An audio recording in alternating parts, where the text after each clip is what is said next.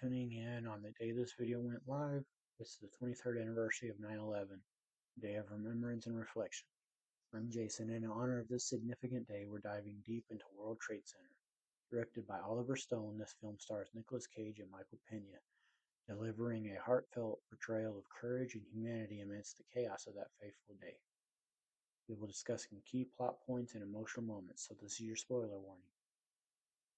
World Trade Center not only recounts the tragic events, but also highlights the resilience and unity that emerged that day. Join me as we explore the profound impact of this powerful film, paying tribute to the heroes and honoring the memories of those we lost. How did World Trade Center do in the box office? Well, World Trade Center opened in theaters on August 9, 2006, with a budget of $65 million. In its 11-week theatrical run, it earned $70.2 million domestically and $92.8 million internationally, making a worldwide total of $163.2 million. Its opening weekend saw it earn $18.7 million and finishing third in the box office, only behind Step Up and Talladega Nights, The Ballad of Ricky Bobby, numbers 2 and 1 respectively, with Step Up also opening the same weekend. Its final week in the box office saw it earn $134,988 while being shown in 191 theaters and finished number 45. Now let's get to the plot of the movie. On September 11, 2001, members of the Port Authority Police are dispatched to downtown Manhattan in response to the North Tower of the World Trade Center having been hit by a plane. The officers learn en route that the South Tower also was hit by another plane. Sergeant John McLaughlin, veteran of the 1993 bombing, assembles a group of volunteers. Officers Antonio Rodriguez, Will Jimeno, and Dominic Pizzulo to retrieve rescue equipment from Building 5. They are all joined by Officer Christopher Amoroso. As the 5 officers prepare to enter the North Tower from the concourse, South Tower begins to collapse onto them, and McLaughlin realizes that their only chance of survival is to take shelter in the elevator shaft. McLaughlin, Jimeno, and Pizzulo are the only survivors, but they are trapped beneath the rubble. Pizzulo tries but fails to free Jimeno, whose lower half is pinned. McLaughlin, who is also pinned, listens helplessly as the North Tower begins to collapse. Pizzulo is fatally injured when a concrete slab crushes his torso. He manages to fire his sidearm once into the air in an attempt to alert rescuers to their whereabouts just before dying.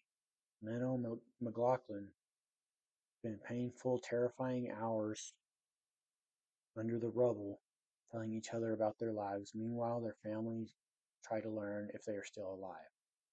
When Building 7 collapses, both men scream and accept their demise, but they survive without further harm. McLaughlin tries to keep Jimeno alive by encouraging him to repeatedly pull on metal rebar that potential rescuers might hear. Hours pass and McLaughlin falls in and out of consciousness. Both agree to stay alive for one another. 2 United States Marines, Dave Carnes and Jason Thomas, who are searching for survivors, hear the noise produced by Jimeno and find the men, calling for help to dig them out. After hours and effort by first responders, Jimeno is rescued first, and hours later, McLaughlin is lifted out of the debris in critical condition. Both men are reunited with their families at the hospital and undergo medical treatment, including extensive surgeries, and McLaughlin is placed in a medically induced coma. 2003, Jimeno and McLaughlin, both medically retired from duty, attend a celebratory barbecue with their families. The epilogue reveals that both men were 2 of 20 people found alive at Ground Zero, and they were numbers 18 and 19 respectively. David Carnes re-enlisted in the Marines and served 2 tours in the Iraq War. Now let's take a look at the cast and some of the other roles they've had after this powerful movie. Nicolas Cage as Sergeant John McLaughlin. Other roles for Nicolas Cage include Grug in the Croods franchise, Walter in Grand Isle, and Frank Carver in A Score to Settle. Michael Pena as Officer Will Jimeno. Other roles for Michael Pena include Paco Hernandez in American Hustle, Luis in the Ant-Man franchise, and Agent Trevino in The Mule. Maria Bello as Donna McLaughlin. Other roles for Maria Bello include Sophie in Lights Out, Jack Sloan in the TV show NCIS, and Cheryl White in McFarland USA.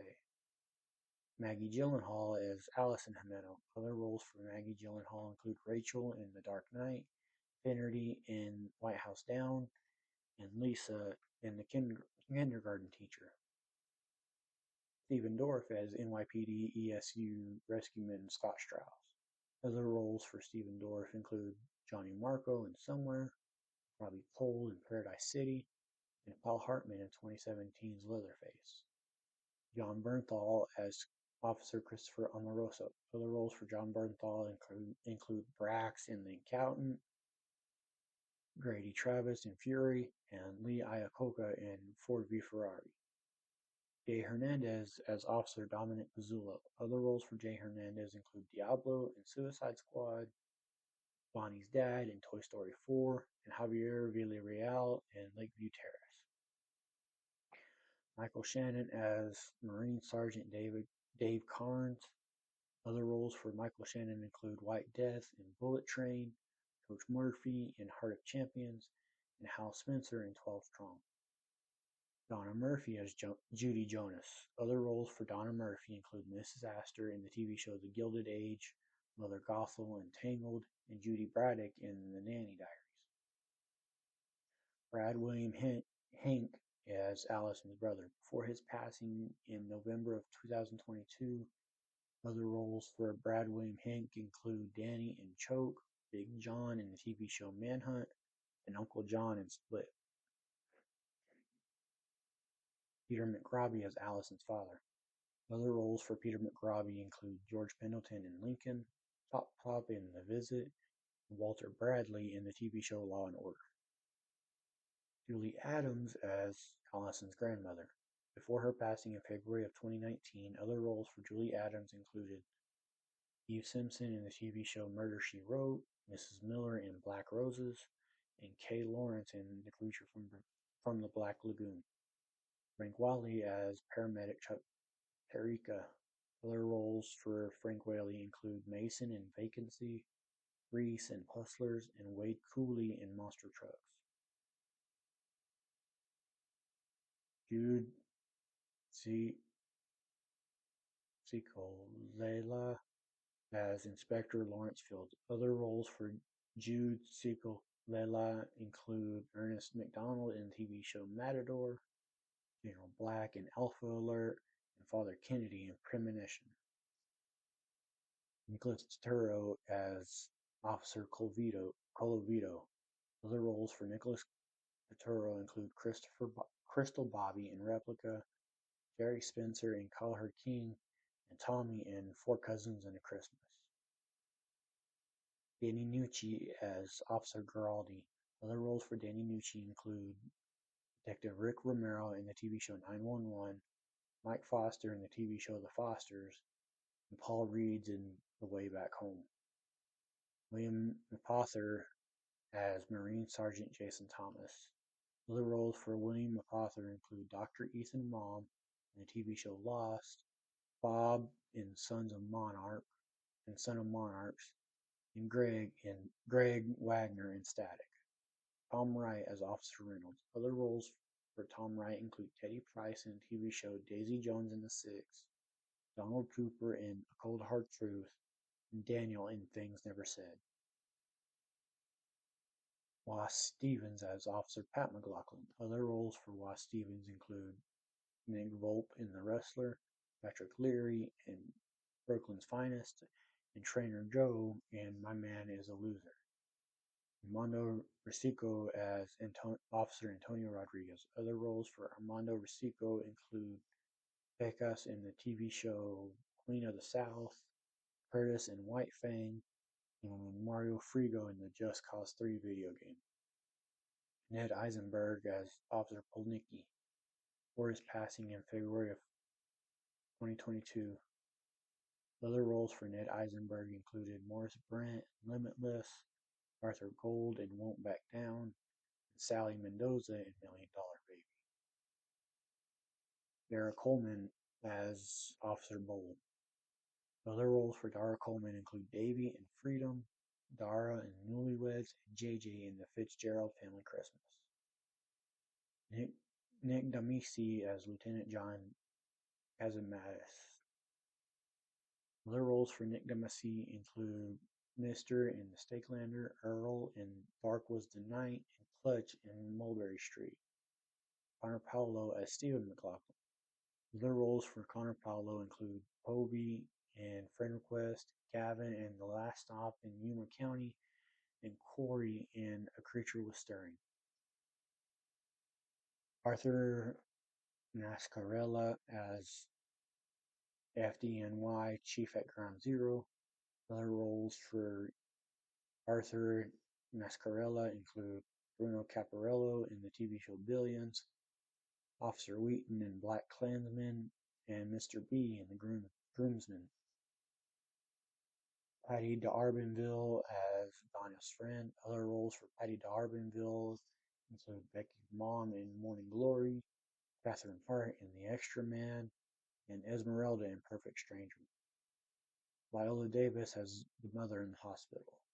Other roles for Viola Davis include Naniska in The Woman King, Miss Rylene in Group Zero, and Abby Black in Extremely Loud and Incredibly Close. Will Jimeno as a Port Authority police officer. This has been Will Jimeno's only role, and it's based on his real-life experience on 9/11. Amy Mullins as a reporter. Other roles for Amy Mullins include Terry Ives in the TV show Stranger Things, Sasha in Appropriate Behavior, and Ashley Brighterhouse in Unsane. Charlie A. Gargano as a Port Authority police commander. Other roles for Charles A. Gargano include the maitre d' and Analyze That, the announcer at the golf range in Serendipity, and Ambassador Charles Gargano in The Devil's Advocate. Now let's get to my thoughts. Actually, until I watched this movie, watched it for this review, I could have sworn I had seen this movie in its entirety, but I actually didn't remember anything, and the only actors I knew were the four on the main poster, those being Nicolas Cage, Michael Pena, Maria Bello, and Maggie Gyllenhaal. Seeing Michael Shannon threw me off, especially after seeing him in the movie 13 just 2 days prior to watching the movie for this review.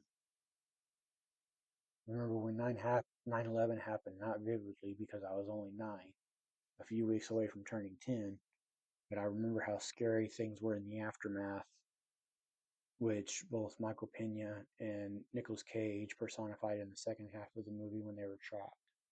I also remember the country coming together in the rescue and aid efforts. I was extremely emotional during the second half of this film, knowing the real life story of what happened on that day and how all the actors involved were portraying the characters they were in this. It's such a powerful movie of sadness, but it also showed the strength of the United States afterwards. Reading the stories of both John McLaughlin and Will Jimeno put that day into perspective. Those two were trapped for 13 and 22 hours. Jimeno being trapped for 13, McLaughlin 22. Yet their will to survive and live for their families pushed them through. The surgeries both men had to endure had to be unbearable. Even though McLaughlin was in a medically induced coma for his 27 surgeries in 6 weeks. Reading about David Carnes, who portrayed by Michael Shannon in this film, I get why he didn't cooperate with those involved with the movie because of his feelings towards George W. Bush. I think if he would have cooperated, he would have seen that the story needed to be told. This is a 9/11 movie that needs to be talked about. While I do like Extremely Loud and Incredibly Close, which if I'm still doing this channel by this time next year, I'll be doing a review on that one on the 24th anniversary of 9/11. This one is such a gripping drama that tells the story tells the story from the perspective of the first responders. Now let's look at some of the fun facts of this movie. I don't know if you could call them fun facts though. City of New York absolutely prohibited the recreation of 9/11 destruction or chaos on location. The filmmakers were not even allowed to film actors looking upwards towards where the towers would be. The drive of the officers up to the site was permitted to be filmed, but all the scenes depicting events at or near the World Trade Center were filmed in Los Angeles. 50 real-life members of PAPD, NYPD, and FDNY, some of whom participated in the actual rescue, were flown to Los Angeles to film the chain of men moving stretchers out of the rubble. Test audience believed that David Carnes, the former Marine, was a Hollywood invention. That is, in fact, a true story that occurred. Carnes later re-enlisted in the Marine Corps and served 2 tours in Iraq. Also, as reported by the Associated Press on August 14, 2006, the Marine, identified only as Sergeant Thomas, who disappeared shortly after 9/11, has been identified as Jason Thomas, a former Marine who grabbed his uniform and immediately drove to Ground Zero to help. Because his identity was known at the time of filming, Sergeant Thomas, who was black, was portrayed by William Pother, a white man. Producers have since apologized to Sergeant Thomas for the miscasting.